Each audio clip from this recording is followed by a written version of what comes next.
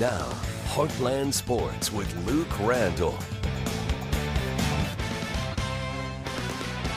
Christmas is less than 2 weeks away, so that means we've got holiday basketball. The Holiday Classic quarterfinals, let's get right into it. Top-seeded Jackson, the Lady Indians, enter the tournament against Woodland in the quarters, and this Lady Indians press causing trouble for the Cardinals' Chloe Abernathy. Freshman intercepting a pass and scoring right there. Then Adeline Abernathy finds Kate Deck. The sophomore drains a three. She was very hot from beyond the arc in this game. Smooth release, another basket. She had 31. Addie Massa for Woodland drains the three, but the Cardinals led by Deck, comfortably win to reach the semifinals. Felt great. We played great team ball, great defense, scored a lot in transition, and my teammates did a great job finding me when I was hot, so that was good. I want to give credit to my teammates. They're really good at building us up, making sure that, one mistake is fine, especially with these freshmen. They'll get in their head after one turnover. We just got to build each other up, and that's what our seniors did, and even the juniors and sophomores, people in my own grade, are really good at building me up and just knowing that they're there for me. Next up, Cape Central versus Chaffee, and the Lady Devils, they had a strong win the previous night over Bloomfield, and they're right back to their old ways.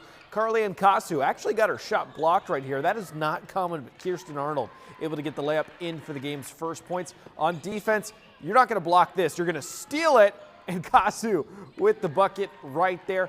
Man, they were all over Cape Central, the Lady Devils. It was 13-0, and it would soon be much, much more.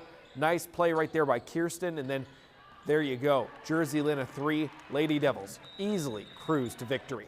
Over at Delta, the Lady Cats hosting Perryville, and the Pirates, hey, they are going for the upset right here.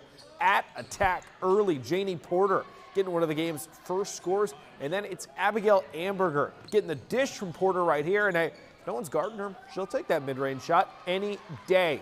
She takes it herself this time, going up, going in, drawing a little bit of a contact, not enough for a foul, but hey, it doesn't matter. She got the score. Lady Cats would have to fight, and they do get back into this, making it a one-score game in the final seconds, but Perryville holds on. Upset of the tournament so far. Pirates are semifinal bound. Who are they going to play? Either Saxony or St. Vincent. The Crusaders, hosting the reigning champions, took SV a moment to get going offensively, but when they get going, they can score fast as well. Right there, you saw it. It went from Bree Rubel to Lana Adams to Riley Robinson.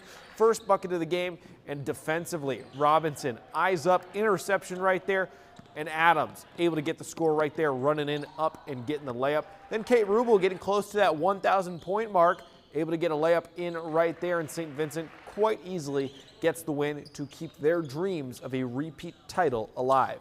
So here's an updated look at the winners bracket. We've got our semifinals set. Top of the bracket, 1 seed Jackson faces Chaffee, and then the Mayor's Cup for a semifinal. You don't expect it this early in the year. Perryville will try to get the ultimate upset over the reigning champion St. Vincent Lady Indians. Those games and the consolation semifinals are Monday at the Show Me Center.